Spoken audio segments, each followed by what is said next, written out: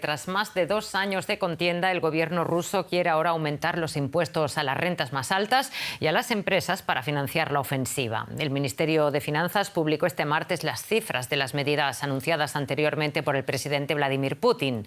El impuesto de sociedades pasará del 20 al 25%, mientras que los impuestos sobre la renta aumentarán por etapas, pero a partir de 500.000 euros se aplicará el tipo máximo del 22%. Eso es un 7% más que antes. Según la agencia de noticias rusa Interfax, se espera que la subida de impuestos genere el equivalente a unos 27.000 millones de euros adicionales en 2025. Rusia busca ingresos adicionales para financiar su ofensiva en Ucrania. Analizamos las implicaciones con nuestro compañero en la Bolsa de Frankfurt, José David. La guerra en Ucrania es costosa y dura ya más de 2 años. ¿Cómo está dejando esto las finanzas del país?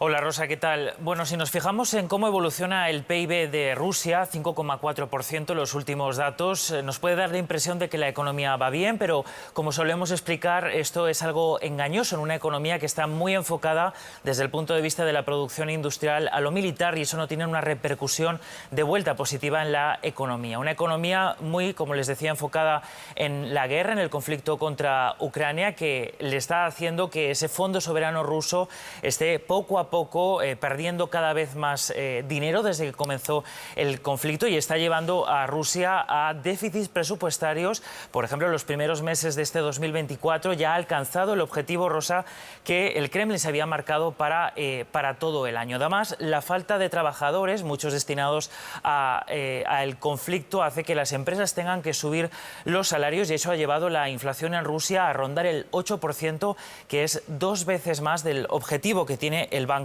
Central. Uno de los señales más importantes o más claras, ¿no?, de la importancia que tiene el gasto militar ahora para Rusia es la designación del ministro de Finanzas, Andrei Belousov, recientemente, y que muchos entendieron, siendo economista, macroeconomista, que era una señal de la importancia que tiene ahora cómo se gestiona el gasto militar para un país como Rusia. José, ¿cuánto dinero espera recaudar el Kremlin con el aumento de impuestos? Porque las subidas afectarán no solo a las rentas más altas, sino también a las empresas rusas.